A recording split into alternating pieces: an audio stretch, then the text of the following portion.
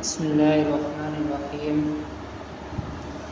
ماہ رمضان المبارک کے فضائل اور مسائل کے سلسلے میں کچھ باتیں آپ لوگوں کے سامنے عرض کرنا چاہتا ہوں۔ اللہ تبارک و تعالیٰ نے ارشاد فرمایا، یا ایھا الذین آمنوا کتب علیکم الصیام کما کتب علی الذین من قبلکم لعلکم تتقون۔ میرے دوستو، ماہ رمضان روزے، تراویح، اعتکاف اور عبادت کا مہینہ ہے۔ ہر مسلمان کی چاہت ہوتی ہے کہ میرا یہ رمضان قیمتی بن جائے۔ ماہ رمضان المبارک کے اعمال و احوال کے متعلق اہم فضائل و مسائل پیش خدمت ہیں۔ میرے پیارے دوستو، سب سے پہلے ہم یہ جان لیتے ہیں کہ روزہ ہے کیا۔ روزہ کہتے کس کو ہیں؟ روزہ کو عربی لغت میں صوم اور صیام کو کہا جاتا ہے، جس کے معنی ہے امساک، یعنی مطلقاً رکنا۔ اصطلاح شریعت میں اس کا مفہوم یہ ہے کہ فجر سے غروب آفتاب تک روزے کی نیت کے ساتھ کھانے پینے سے رک جانا، کسی چیز کے داخل کرنے سے رکے رہنا۔ نیز روزہ دار کا مسلمان اور حیض و نفاس سے پاک ہونا اس کے صحیح ہونے کی شرائط میں سے ہے۔ میرے دوستو، روزہ ہم پر کب فرض ہوا؟ ماہ رمضان کے روزے ہجرت کے 18 ماہ بعد شعبان کے مہینے میں تحویل قبلہ کے 10 روز بعد فرض کیے گئے، اور بعض حضرات کہتے ہیں کہ اس سے قبل کوئی روزہ فرض نہیں تھا، اور بعض حضرات کا کہنا ہے کہ اس سے قبل بھی کچھ ایام کے روزے فرض تھے جو اس ماہ رمضان کے روزے کی فرضیت کے بعد منسوخ کر دیے گئے۔ چنانچہ بعض حضرات کے نزدیک تو عاشوراء محرم کی 10ویں تاریخ کا روزہ فرض تھا۔ بعض حضرات کا قول یہ ہے کہ ایام بیض یعنی قمری مہینے کے 13ویں، 14ویں اور 15ویں راتوں کے دن کے روزے فرض تھے۔ رمضان کے روزے کی فرضیت کے ابتدائی دنوں میں بعض احکام بہت سخت تھے۔ مثلاً غروب آفتاب کے بعد سونے سے پہلے کھانے پینے کی اجازت تھی، مگر سونے کے بعد کچھ بھی کھانے پینے کی اجازت نہیں تھی، چاہے کوئی شخص بغیر کھائے پیے ہی کیوں نہ سو گیا ہو۔ اسی طرح جماع کسی بھی وقت اور کسی بھی حالت میں جائز نہ تھا۔ مگر جب یہ احکام مسلمانوں پر بہت شاق گزرے اور ان کی وجہ سے کئی واقعات بھی پیش آئے تو یہ احکام منسوخ کر دیے گئے اور کوئی سختی باقی نہیں رہی۔ میرے دوستو، ماہ رمضان المبارک کی فضیلت یہ ہے کہ حضرت ابو ہریرہ رضی اللہ تعالیٰ عنہ ارشاد فرماتے ہیں کہ اللہ کے رسول نے فرمایا کہ ماہ رمضان المبارک کا رمضان شروع ہوتا ہے تو آسمان کے دروازے کھول دیے جاتے ہیں، اور ایک دوسری روایت میں آتا ہے کہ جنت کے دروازے کھولے جاتے ہیں اور دوزخ کے دروازے بند کر دیے جاتے ہیں، نیز شیاطین کو بھی قید کر دیا جاتا ہے۔ فائدہ: آسمان کے دروازے کھول دیے جاتے ہیں، یہ کنایہ مقصود ہے اس بات سے کہ اس ماہ مقدس کے شروع ہوتے ہی اللہ تبارک و تعالیٰ کی پے در پے رحمتوں کا نزول شروع ہو جاتا ہے، اور بندوں کے اعمال بغیر کسی مانع اور رکاوٹ کے اوپر جاتے ہیں اور قبولیت سے سرفراز ہوتے ہیں۔ جنت کے دروازے سے کھولے جاتے ہیں، یہ کنایہ ہے کہ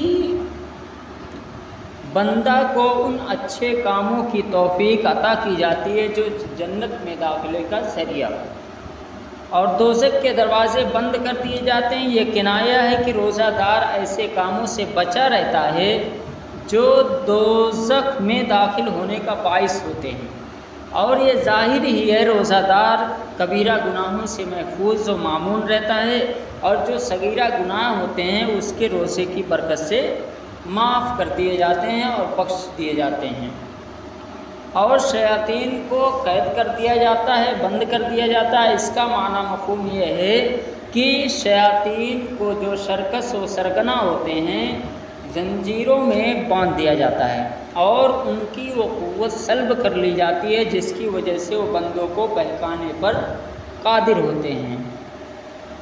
اور میرے دوستو، باب الریان روزہ داروں کا جنتی دروازہ ہے۔ حضرت سہل ابن سعد رضی اللہ تعالیٰ عنہ کہتے ہیں کہ حضور صلی اللہ علیہ وسلم نے ارشاد فرمایا کہ جنت کے 8 دروازے ہیں، جن میں سے ایک دروازہ ہے جس کا نام ریان رکھا گیا ہے، اور اس دروازے سے صرف روزہ دار کا داخلہ ہی ہو سکے گا، اس کے علاوہ کوئی اس دروازے سے داخل نہیں ہوگا۔ اللہ کے رسول صلی اللہ علیہ وسلم نے فرمایا کہ جس شخص نے ایمان کے ساتھ یعنی شریعت کو سچ جانتے ہوئے اور فرضیت رمضان کا اعتقاد رکھتے ہوئے اور طلب ثواب کی خاطر یعنی کسی خوف یا ریا کے بغیر طور پر نہیں بلکہ خالصت للہ رمضان کا روزہ رکھا تو اس کے وہ گناہ بخش دیے جائیں گے جو اس نے پہلے کیے تھے، اور جو شخص ایمان کے ساتھ اور طلب ثواب کی خاطر رمضان میں کھڑا ہوا تو اس کے وہ گناہ بخش دیے جائیں گے جو اس نے پہلے کیے تھے۔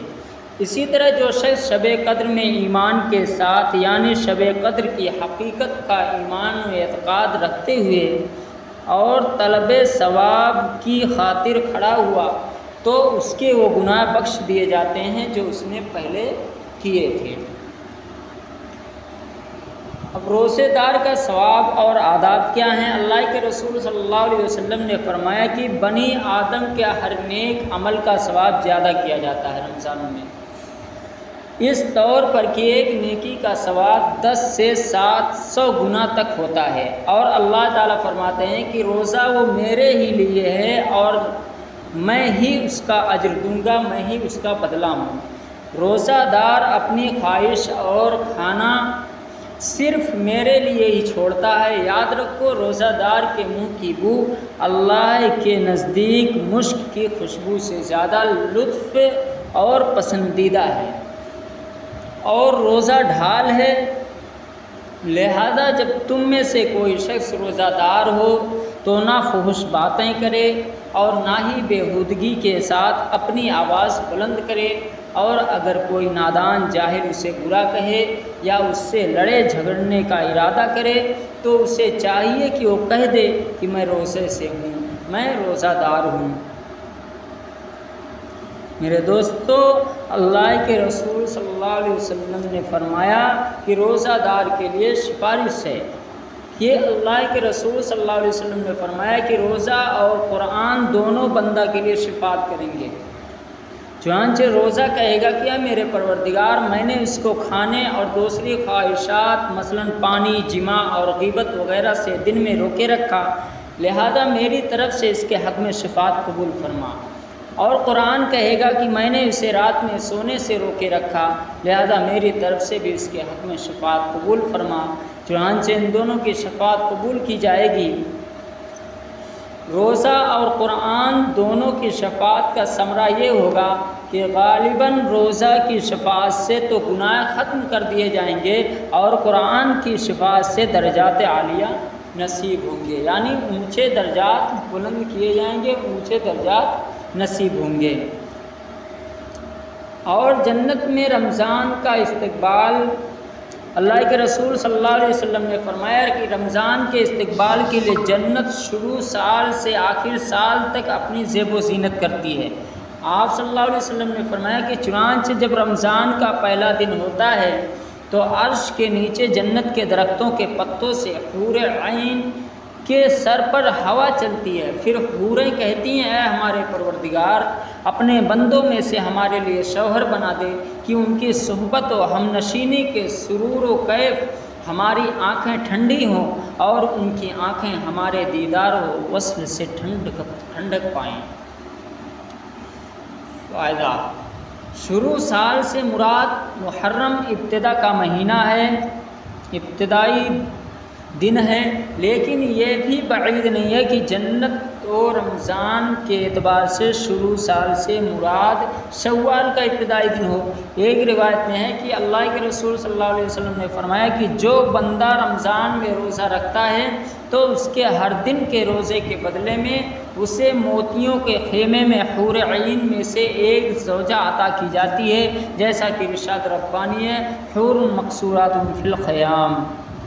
اور باقی باتیں انشاءاللہ آئندہ پھر دوسری ویڈیو میں کہی جائیں گی۔ السلام علیکم۔